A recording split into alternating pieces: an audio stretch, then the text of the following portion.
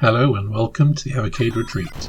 My name is Gene Jake and today I'm just giving a few tips on Teki Paki as it was requested in the comments. Now I don't think I'm an expert player, although I have gotten fairly good at it. It came up in KD's challenge on the Arcade Discord a while back, and prior to that I played the game a bit, found it a bit too intense and too difficult, did absolutely terrible and just didn't get into it. And when it came up as a challenge, obviously I persevered and discussed with other people on the Discord, and yeah, eventually found that I could get fairly good at it, and ultimately found myself really enjoying the game, got thoroughly addicted to it, and it's one I'll quite happily stick a credit in and have a bash at it, and gradually maybe I'll improve on my top score. So the first bit of advice I would give for playing this game is to only play one credit at a time and to not continue.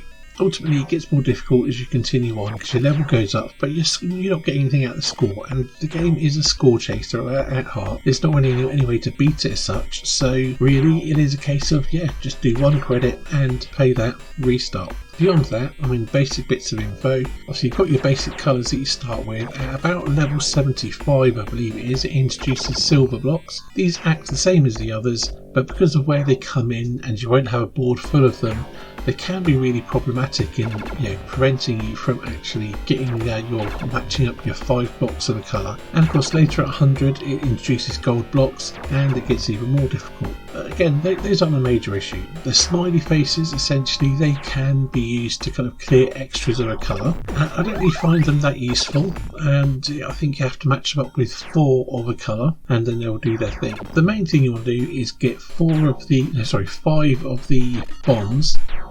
Get those in contact or linked up, the same as you do with the other blocks, and that will clear your screen, giving you 100,000 bonus. And again, if you can do this a couple of times, you're going to have a great score. I think my top score, I did it 2, maybe 3 times, other than that, usually I'm lucky if I get it once. This is a tough game, and as you do have to match up 5 of the coloured blocks to make them clear up, and ideally you want to set off chain reactions, or if you can clear 10 blocks at once or more, you'll get a points bonus as well. To do this, I generally try and get 2 colours sort of integrated, have them going diagonally across each other, and when you sort of set the 2 of them off together, if you can, you'll get yourself a nice bonus. But also what I tend to do, rather than try and just think, right, I'm going to get 5 reds, 5 greens and do one thing at a time, I'll focus on 2 colours and I'll spread those across the board and essentially link up 4 together, maybe link up another 3 and have a gap, and set up a potential chain reaction further down the line.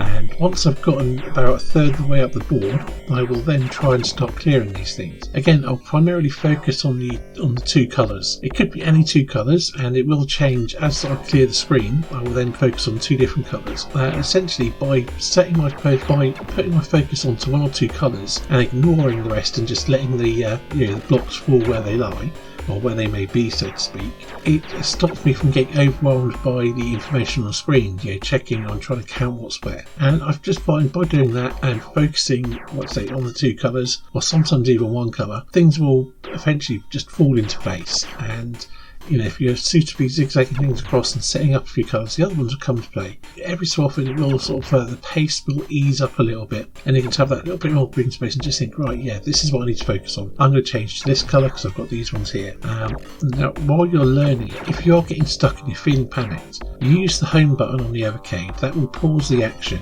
Obviously, being an arcade game, we don't have a pause button, but pressing that, you can basically, give yourself a bit of breathing space. Maybe you will see where things are going and sort of examine the board, or at least what's not obscured by the save menu. But again, you can use that to just give yourself a bit of breathing space. That's something I did a lot when I was practicing the game and sort of getting to grips with it. So overall, I don't have any major specific tips as for how to play the game. A lot of it is judgment, as some of the footage you'll see up on here is me basically failing at my own advice, getting too carried away with trying to set things up for further down the line. Because you get to a certain point where if you're setting things up and it goes wrong, or you block yourself off, it can go horribly wrong, and you're waiting on that 1 colour or that 1 block, and then as it comes down and it's moving too fast and you can't get it where you need it. So try and set your plan for set things up, try and keep yourself from the bottom half of the screen if you can, or the bottom third if possible.